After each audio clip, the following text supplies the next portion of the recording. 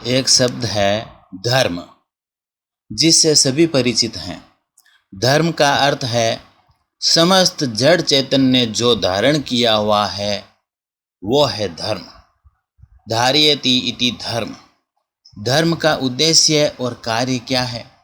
व्यक्ति के स्वभाव एवं चरित्र को उत्कृष्ट बनाना। जिस प्रकार अनाज को उपभोग के योग्य बनाने के लिए उसमें से धूल कंकड़ आदि निकालने पड़ते हैं, वैसे ही एक जीव जो कई योनियों से गुजरकर मनुष्य शरीर में आता है तो अपने उन पशु राक्षस आदि योनियों के क्रूर स्वभाव साथ में लेकर आता है। इसके स्वभाव को निर्मल बनाने के लिए हमारे संतों और ऋषि मुनियों ने कुछ नियम संस्कार बनाए गए हैं जिन्हें हम धर्म कहते हैं। जड़ के लिए प्रकृति ने नियम बनाए हैं जिनका वो हमेशा पालन करते हैं। उदाहरण के लिए जल के लिए शीतलता और ऊपर से नीचे की तरफ बहना।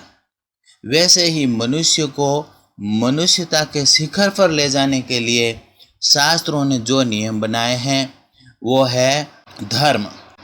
धर्म के प्रमुख 10 लक्षण या गुण बताए गए हैं। धृति क्षमा दमो स्थेयं शौचम इंद्रिय निग्रहम धीर विद्या सत्यम क्रोधो दशकम धर्म लक्षणम। धर्म का सबसे पहला लक्षण है धृति। धृति का अर्थ है सहनशीलता। धृति गुण सबसे अधिक पृथ्वी में पाया जाता है, इसलिए इसका एक नाम धरती भी है। प्रत्येक मनुष्य को यह गुण धारण करके सहनशील रहना चाहिए। दूसरा लक्षण क्षमा है। जिसमें सहन शक्ति होगी वही तो क्षमा कर सकते हैं।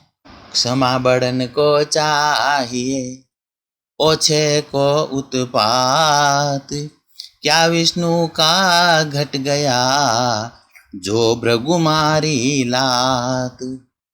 विष्णु भगवान सबसे बड़े क्षमावान हैं, जिन्होंने भृगु ऋषि के विष्णु भगवान के छाती पर लात मारने के बावजूद भी उन्होंने कहा, है विप्रवर, आपके चरण कोमल है और मेरी छाती कठोर है, मुझे क्षमा करना, आपको चोट लग गई होगी। इसे कहते हैं क्षमा। तो तीसरा लक्षण है धर्म का दम, यानी साहस और हिम्मत। सहन करते हुए क्षमा करें। अगर साथ ही सब कुछ करने का सामर्थ्य भी होना चाहिए ताकि कोई अत्याचार भी नहीं कर सके, अन्यथा धार्मिक नहीं होकर कायरता का अवगुण ही धारण होगा। तो सबे सहायक सबल के कौन निर्बल सहाय, पवन जगावत आग को दीप ही देत बुझाई। चौथा लक्षण है अस्तेय, यानी चोरी नहीं करना, किसी अन्य का हक नहीं मारना चाहिए। हिम्मत से हक का ही धर्म के अनुसार उपार्जन करना चाहिए। पांचवा लक्षण है सोच, यानी तन मन धन का शुद्धिकरण। तन को हमेशा साफ सुथरा रखें तो मन भी अपने आप साफ सुथरा रहेगा, शीतलता रहेगी और मन पर नियंत्रण होगा। पूजा पाठ आदि से मन पर नियंत्रण रहता है, मन पवित्र रहता है। भगवान का स्मरण भजन करने से मन शुद्ध होता है। वैसे ही धन का शुद्धिकरण होना चाहिए। धन को सदुपयोग में, अच्छे कार्यों में अगर हम लगाएंगे तो वो धन का सदुपयोग होगा और उसका शुद्धिकरण माना जाएगा। तो छठा लक्षण है इंद्रिय नियंत्रण।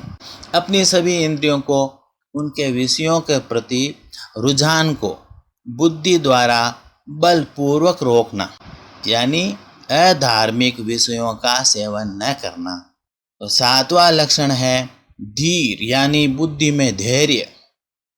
बुद्धि में धैर्य होना अत्यंत आवश्यक है, तभी मनुष्य अपने विवेक से सही और गलत का निर्णय कर सकता है।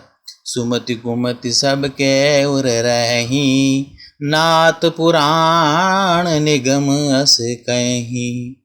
जहाँ सुमति तह संपत्ति नाना, जहाँ कुमति तह विपत्ति निदाना। सुमति जहाँ पर होती है वहाँ पर बहुत सारी संपत्ति अपने आप चली आती है और कुमति होती है तो संपत्ति आई हुई भी चली जाती है और विपत्तियों को निमंत्रण देती रहती है। तो हमेशा बुद्धि में धैर्य होना जरूरी है। 8वां लक्षण धर्म का है विद्या, यानी किसी भी कार्य को सुचारू रूप से सफलतापूर्वक संपन्न करने की विधि का ज्ञान। इसके बिना स्थायी सफलता और सम्मान कभी नहीं प्राप्त किया जा सकता है।